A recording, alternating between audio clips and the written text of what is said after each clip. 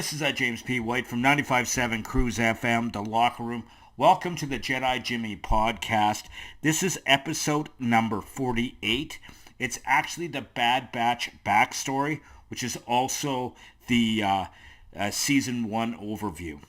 So Bad Batch is an animated series that was kind of an offshoot, or I guess a sequel to the Clone Wars. So the Bad Batch, they were actually called Clone Force 99. They were introduced in the Clone Wars in Season 7, episodes number 1 through 4. Now, the Bad Batch were actually defective clones. So what they did is they had desirable mutations, which gave them special skills and qualities. So first of all, there's Hunter. He was the sergeant, so he was actually the leader of the Bad Batch. His mutation was enhanced senses, allowing to be able to perceive electromagnetic frequencies, which would actually be able to make him navigate and map an area even better than computers can. And he also was an extremely skilled tracker, and he was skilled in a number of weapons, but one of his favorites was his large vibro knife, which he kept on his left wrist. Now there's Wrecker. Wrecker, his mutation was gave him extreme superhuman strength, strong enough that he could actually lift a LAAT gunship off of someone. And as well as he was had a very exuberant way of expressing what he thought, and he loved to blow stuff up. Now Tech, his mutation was he was extremely smart, and he was a lot young. He looked a lot younger than the other troopers, but he was very high tech. Like he had special equipment on his armor for, hacking computers and stuff like that. Now Crosshair, his mutation gave him the exceptional eyesight and marksmanship skills, which made him an extremely powerful sniper. Now Echo, he was also a clone. He was a clone trooper that was actually captured by the droid army, and he was modified by the droids that was used to basically read his mind and be able to help strategize using his skills. But he was actually saved by the Bad Batch, and then he later joined the group. Now, when we start with the Bad Batch, the series, during the Battle of Collar is when the Emperor declared Order 66.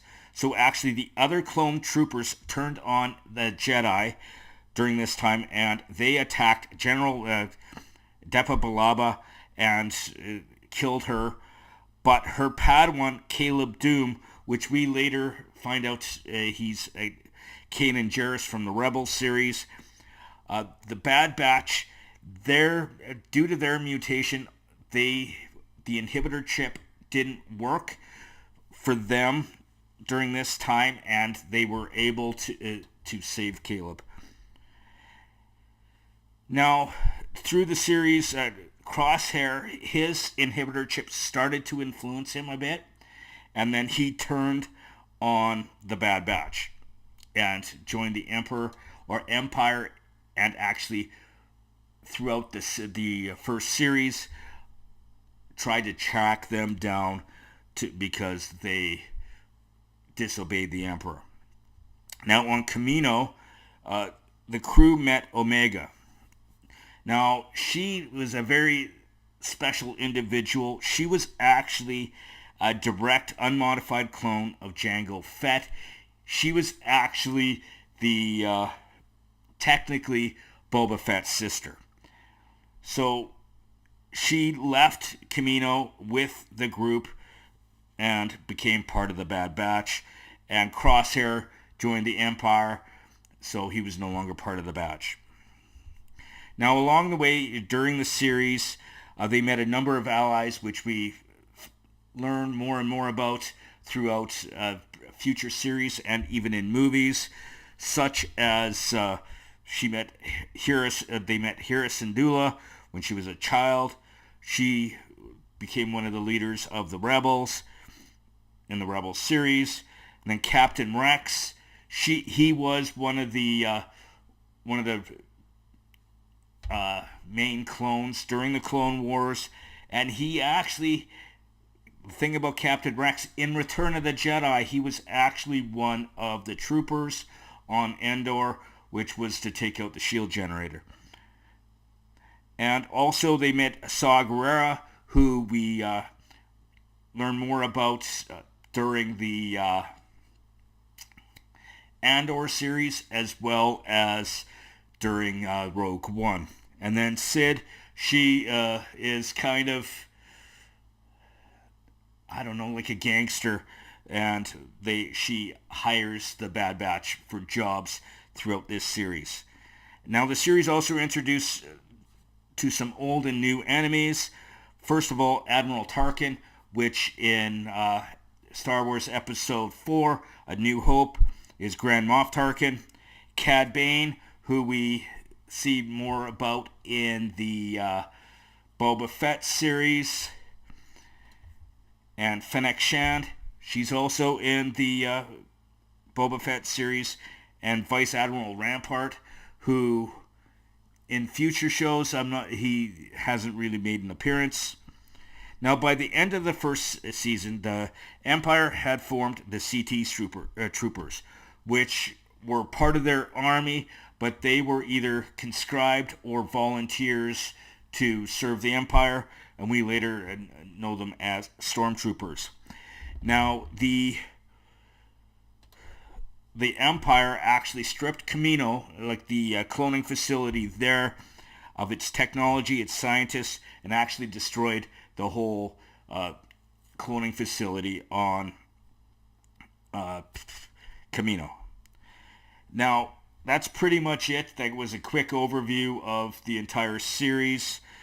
Now, my next podcast will actually be dealing with the first 5 episodes of Season 2 of The Bad Batch. There's a lot of cool stuff that have happened so far, and I look forward to seeing you then.